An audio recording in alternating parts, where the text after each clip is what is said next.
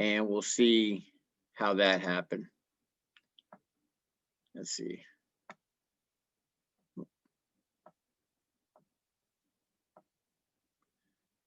So let's go up here.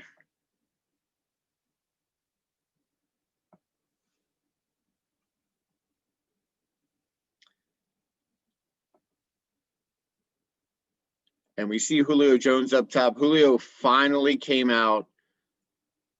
We're going to have Julio on the overreaction show. So hang on just a second, guys.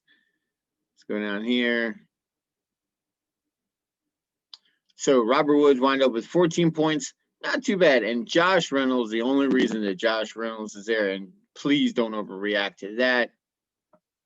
Only reason Josh Reynolds is there because he had a garbage time touchdown. And yes, garbage points still count. But you take away that long bomb that he caught at the end of the game, and he's not even close to being startable. So don't panic too much about that. Okay, guys?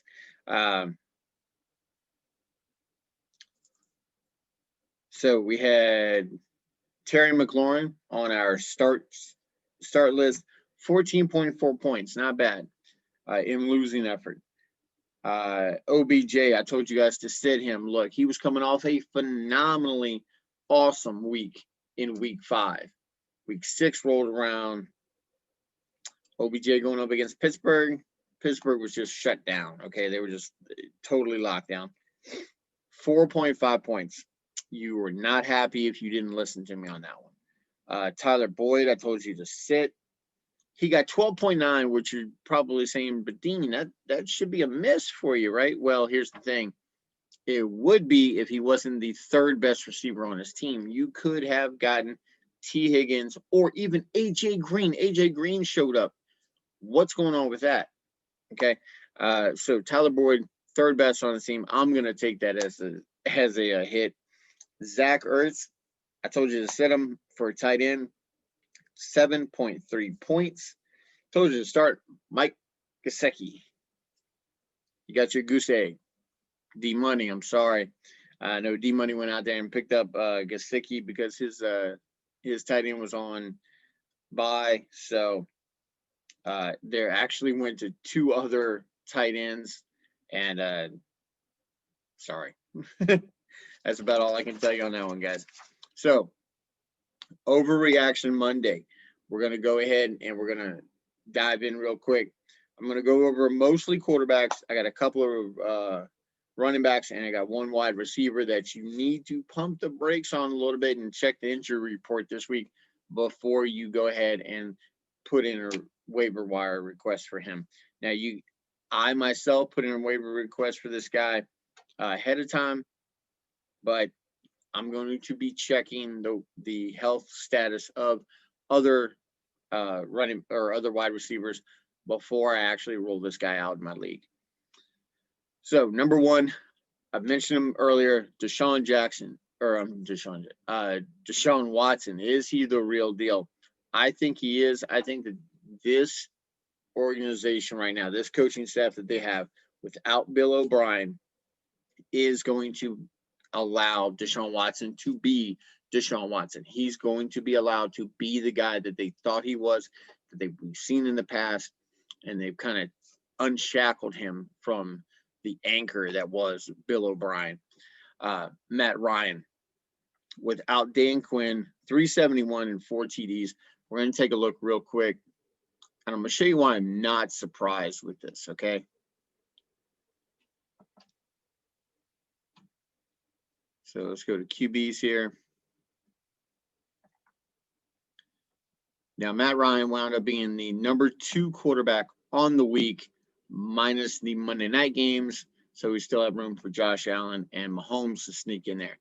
But if you look at his production, 27, 36, then he had 3 bad weeks against Chicago, Green Bay, Carolina. And I'm not saying that those are like shut down phenomenal defenses, but they're really no slouches. And he had his really 2 good weeks against really poor defenses. Came back against Minnesota. If you look at the rest of his schedule here, Detroit, Carolina again, Denver, then he gets the bye, then he gets New Orleans, Vegas, New Orleans again. So what are we going to see from Matt Ryan? Okay. Is he going to have to throw to win the games? Is he going to have to put up 40 points a game in order to win because the defense is just horrible? Look, these guys blew leads. They blew leads because of play calling. You know, I don't. Matt Ryan, he hasn't gotten the vote of confidence from ownership. So is he upset? We don't know. I don't think Detroit's going to be the telling point. I think when you get to Carolina and Denver, that might be a little better. Then he's got a late bye in week 10. If you have Matty Ice, you're really not starting him with any kind of confidence. However, you can stream him based upon matchup, okay?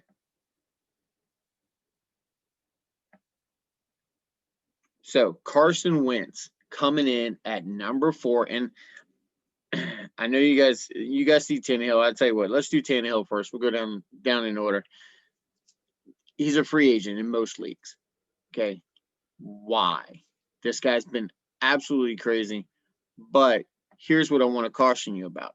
And this is part of Overreaction Monday, where you look at his production and you go, oh my goodness, he had 36 points, 34 points, another 36, almost 37 points. Okay. I want you to pump the brakes just a second because I want you to look at the schedule. Okay. Denver, I've said before, they're not anything special this year as far as defense goes. Jacksonville, they were shipping everybody off earlier in the year. Minnesota, hit an off week. Then they had to buy the preemptive buy because of all the COVID. Then they come back and embarrass Buffalo. Now, Buffalo, yes, good defense. Then they get Houston. Now, here's where the test really begins. You get Pittsburgh, Cincy, Chicago, Indy, Baltimore, Indy again. Okay. So kind of pump the brakes on saying that Tannehill should be your starting quarterback every week. Maybe not. Maybe you can just go ahead and stream him, keep him on your bench, keep him rostered, but roll him out against guys like Cincy, maybe Chicago, Cleveland, Jacksonville, Detroit. You can roll him out against there. And after seeing what happened with Tampa Bay and Green Bay, I wasn't too impressed with the Green Bay defense, but I was really impressed with the Tampa Bay defense. The Tampa Bay defense just absolutely, totally frustrated Aaron Rodgers last night. It wasn't a pretty picture to watch. But look, Ryan Tannehill, everybody wants to say, yes, yes, yes. I'm saying, hold up. Wait a minute. Look at the rest of his schedule. It's not pretty. They're going to lean on Derrick Henry. So keep an eye out for that. Okay, guys? We're looking at next Carson Wentz. And I know everybody's looking at this going, oh, my God, Carson Wentz is back. So, one second, guys.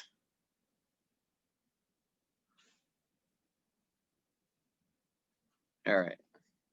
Sorry, the son is off to school, so he wanted to let me know.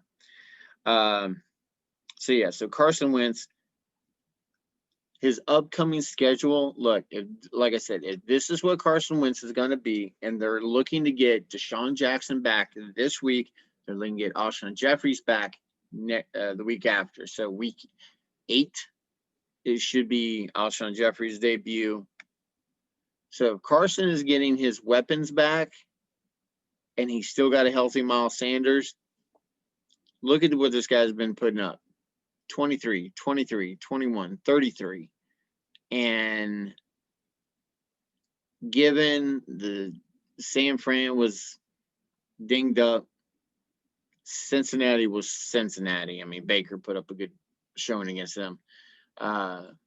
But 21 against Pittsburgh, not too shabby. And then 33 against Baltimore. I mean, that's, even if you take away the touchdown, the rushing touchdown, and the 49 yards, he still got a decent showing. Then he gets New York, Dallas, a bye, New York again, and Cleveland, and then Seattle. So his upcoming schedule is absolute cake. I think that this guy could be your starting quarterback for the next few weeks. Like I said, he does have bye in week 9, so you're going to need somebody to fill in then. But you can go ahead and stream somebody. If this guy is on your roster, I don't know who else you have, but if you're hurting and you need to lean on someone, you can definitely lean on Carson Wentz for the short term here for the next few weeks. Aaron Rodgers. Look, I don't know what was going on with Rodgers last night. Scroll down here. We'll take a look at his production. 160 yards, 2 INTs. One of them was for a pick 6. 3.8 points. That's just crazy. When Joe Flacco in a shutout can outduel Aaron Rodgers, that's just nuts. So let's look down here. Now, his big thing, if you guys remember back when we were panicking a few years back, he came out and went RELAX, just relax. Well, here's the thing.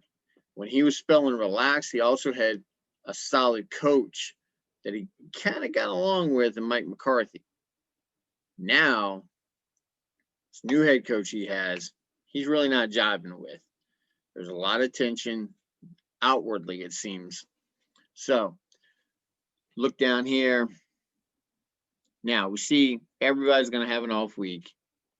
He just happened to pick it against Tampa Bay. But has he really been challenged by Minnesota, Detroit, New Orleans, and Atlanta? I mean, he's put up no less than 23 points, and 23 was his worst game against a Detroit team.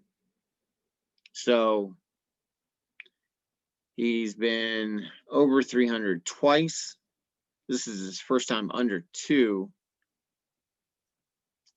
If we look at the remainder of his schedule, Houston, Minnesota, again, that he put up 38 against. San Fran, who is hurting everywhere. Jacksonville, it's Jacksonville. Indy's decent, and Chicago. Then he gets Philly, Detroit, Carolina, and Tennessee. So I don't think the schedule's that hard for Rodgers moving forward. I think you guys can relax. It's not panic time just yet. He's still got he just got Devontae Adams back. They were trying to get the ball to him.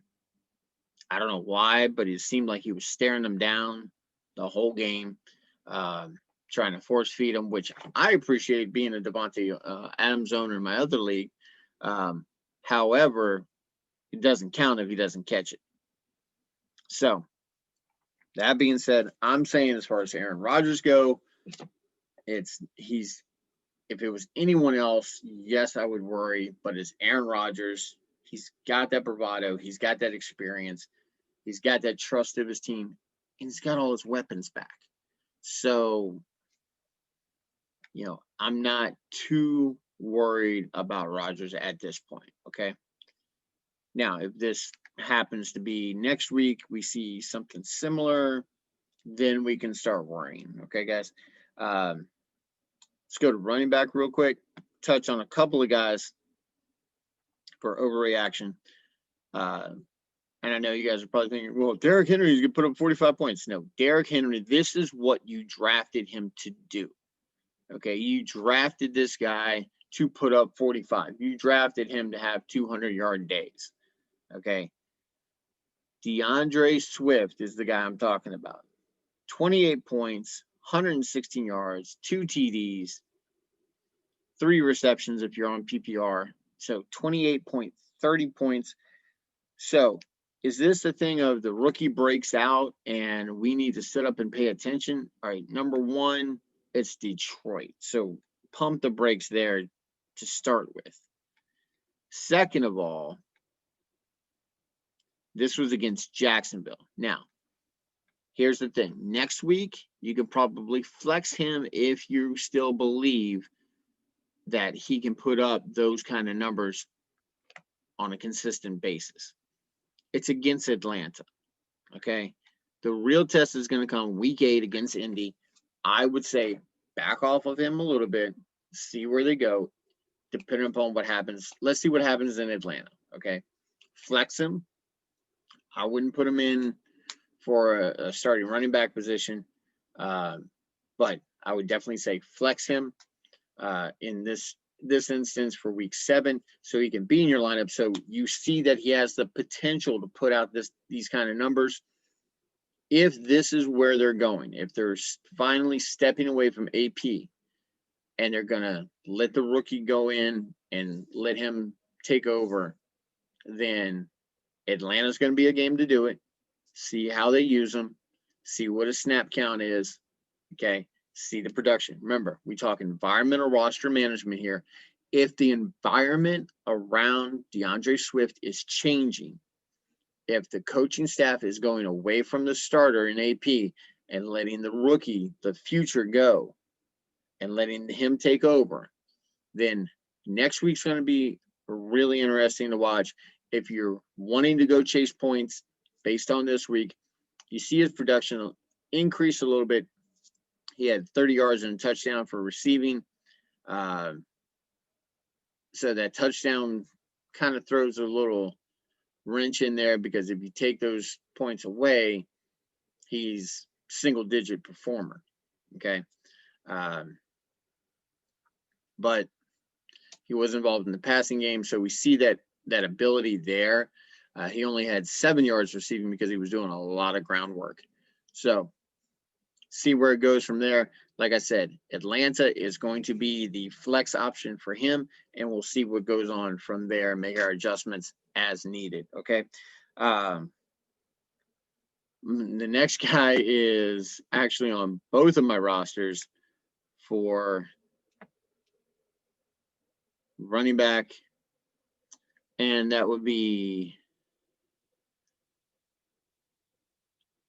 Mr. Kareem Hunt, who is, let's see, 28th this week, if my calculations are correct. Let's see. Yes, 28th at 7.7 points. Now, this was Pittsburgh, guys. Somebody's going to come out and go, well, can he really carry the load? You know, now that Nick Chubb's on IR, is he really going to step up and be that every down back that they need him to be? Or are they going to let Dearness Johnson come in and take over the Nick Chubb role, and Kareem Hunt's just going to be Kareem Hunt? Well, like I said, it was Pittsburgh, guys. So I don't know if that's really a fair assumption to make. If we look at the numbers, we see that he's been steady this whole time.